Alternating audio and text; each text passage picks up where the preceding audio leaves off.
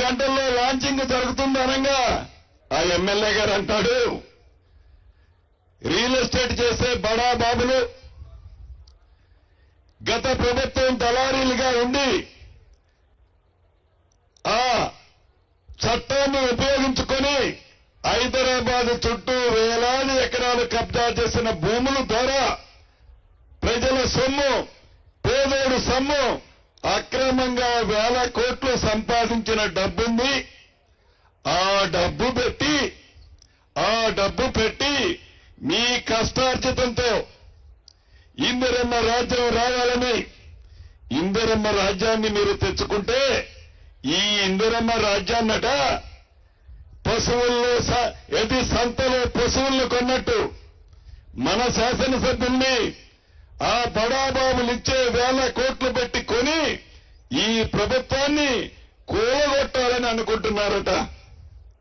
కూలగొట్టనిద్దామా? కూలగొట్టనిద్దామా? అది వాళ్ళు పగటి కళ్ళకు అంటున్నారు. పేదోడు ప్రభుత్వం అంటే, ఒక చట్టం అంటే, ఒక నిర్ణయం అంటే పెద్ద ఇంటికి పెద్దలాగా. ఎందుకు లేదయ్యా నువ్వు ఇల్లు? ఎప్పుడు ఎన్నికలు వచ్చినా బొమ్మల్లో చూపించావునా పేద ప్రజలకి? ఎందుకు ఇల్లు ఇయ్యాలనే ఆలోచన కూడా నీకు రాలేదు? బొమ్మలే చూపిద్దామని అనుకున్నావు. ఇందిరమ్మ ప్రభుత్వంలో ఇందాక అక్క నేను మాట్లాడుకుంటున్నాం. ఇందిరమ్మ ప్రభుత్వంలో మొదట విడత ఈ నెలాఖరికల్లా మీ ప్రతి ఊరికి ఇల్లు ఇస్తున్నాం. ఇందిరమ్మ ఇల్లు ఇస్తున్నాం. ఎట్లా? మేము మా 3 రంగుల కండువ కప్పుకున్న వాళ్ళకే కాదు, నీలాగా నీ పింక్ చొక్కా వేసుకున్న వాళ్ళకే కాదు, పేదవాడై ఉంటే చాలు. ఆ పేదవాడు చిరకాల కోరిక ఒక చిన్న ఇల్లు, చిన్న గూడు కట్టుకోవాలని వాడి కల నెరవేర్చడం కోసం నీది ఏ పార్టీ అని అడగం, నీది ఏమి కులమని అడగం, నీది ఏమి మతం అని అడగం. నువ్వు పేదవాడు అయి ఉంటే చాలు, తప్పకుండా మొదటి విడతలోనే ఇందిరమ్మ ఇల్లు ఇస్తాము. మాకు తెలుసు రాష్ట్ర ఆర్థిక పరిస్థితి సహకరించకపోయినా, తల తాకట్టు పెట్టైనా నువ్వు చేసిన అప్పు కడతాము, దానికి మిత్తి కడతాము, ఈ సంక్షేమ కార్యక్రమాలు చేస్తాము, అభివృద్ధి కార్యక్రమాలను కూడా మన ఇందిరమ్మ ప్రభుత్వంలో చేసే విధంగా గౌరవ ముఖ్యమంత్రి రేవంత్ రెడ్డి గారి నాయకత్వంలోని మన కేబినెట్లే కాదు, శాసనసభ్యులు, ఎంపీలు, అధికారులు కూడా రౌతు కొద్దుకే గుర్రం అన్నట్లు ఆనాడు అధికారులు ఎవరయ్యా నీ దగ్గర? 2-3 నీ గదిలో ఏం చెప్తే అదే నడిచేది. ఈనాడు అలా కాదు.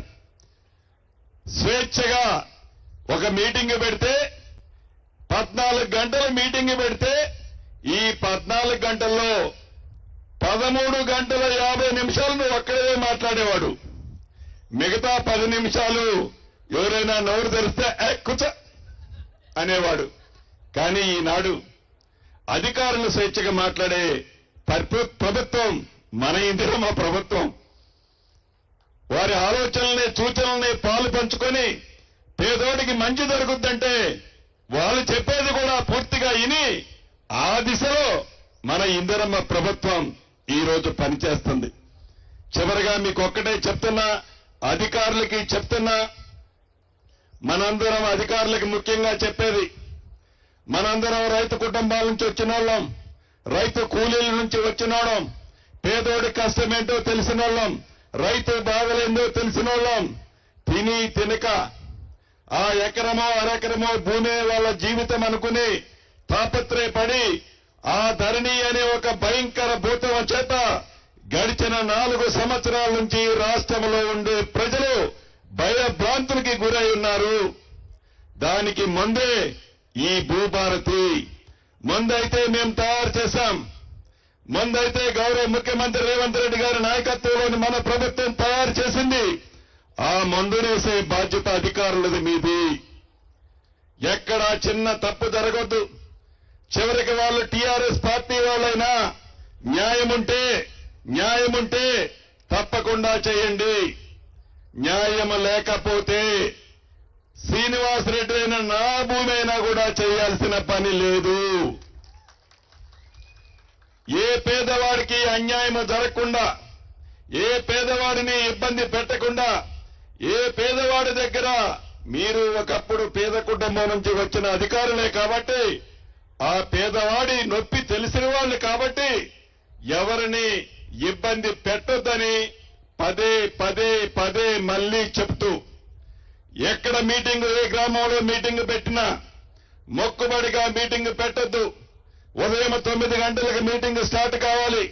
సాయంత్రం 5 అయినా 5:30 అయినా క్షుణ్ణంగా ఆ గ్రామంలో ఉండే సమస్యలన్నీ ఏవైతే పైలట్ ప్రాజెక్టుగా ఈ వెంకటాపురాన్ని మండలాన్ని తీసుకున్నామో క్షుణ్ణంగా పరిశీలించి న్యాయమైన ప్రతి దాన్ని చిత్తశుద్ధితో క్లియర్ చేసి రేపు జూన్ 2వ తారీఖు రాష్ట్ర అవతరణ దినోత్సవం నాడు నిజమైన భూభారతిని తెలంగాణ ప్రజలకి మోడల్గా ఈ 4 మండలాల్లో ఇద్దాం.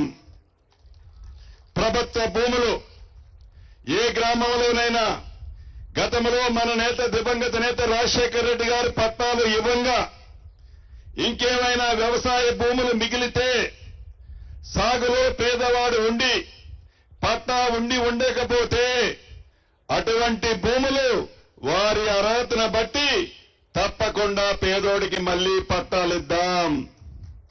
అదే మన ఇందిరమ్మ ప్రభుత్వం. అదే రకంగా అవగాహన సదస్సులు ప్రతి మండలంలో జిల్లా కలెక్టర్గా వెళ్లి ఉదయం ఒక మండలంలో, సాయంత్రం ఒక మండలంలో, రాష్ట్ర వ్యాప్తంగా ఉన్న అన్ని మండలాలకి జిల్లా కలెక్టర్లే వెళ్లి ఈ భూభారతిని గురించి పేదవాళ్లకి, గ్రామ ప్రజలకి అర్థమయ్యేలాగా చెప్పాలని మొన్న మీటింగ్ లో గౌరవ ముఖ్యమంత్రి గారు చెప్పారు. అదే పద్ధతిలో మొక్కుబడిగా కాకుండా కలెక్టర్లే స్వయంగా వెళ్లాలి, పేదవాడి కష్టాన్ని వినాలి, ఈ భూభారత వల్ల వాళ్ళకి ఉపయోగం ఏందో చెప్పాలి.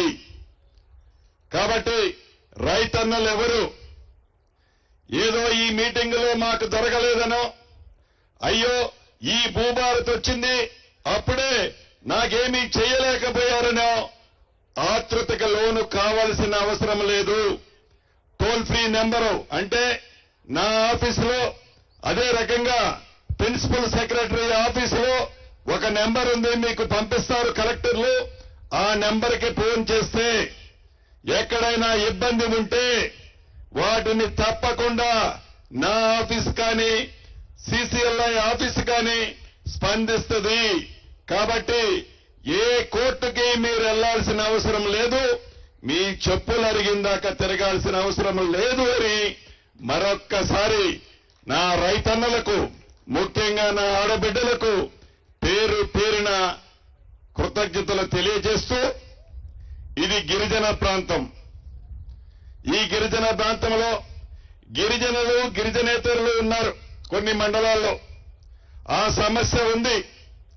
ఆ సమస్యను కూడా ఒక కమిటీని వేసి, ఇది కేంద్ర ప్రభుత్వ పరిధిలో ఉన్న రాష్ట్ర ప్రభుత్వ పరిధిలో వరకు ఉండే అంశాన్ని ఒక కమిటీ ద్వారా దాన్ని కూడా శాశ్వత పరిష్కారము చేయాలన్నదే మనస్ఫూర్తిగా మన ఇందిరమ్మ ప్రభుత్వం యొక్క ఆలోచనని మీ అందరికీ తెలియజేస్తూ, మరొక్కసారి మీ అందరికీ శిరస వంచి కృతజ్ఞతలు తెలుపుతూ సెలవు తీసుకుంటున్నాను.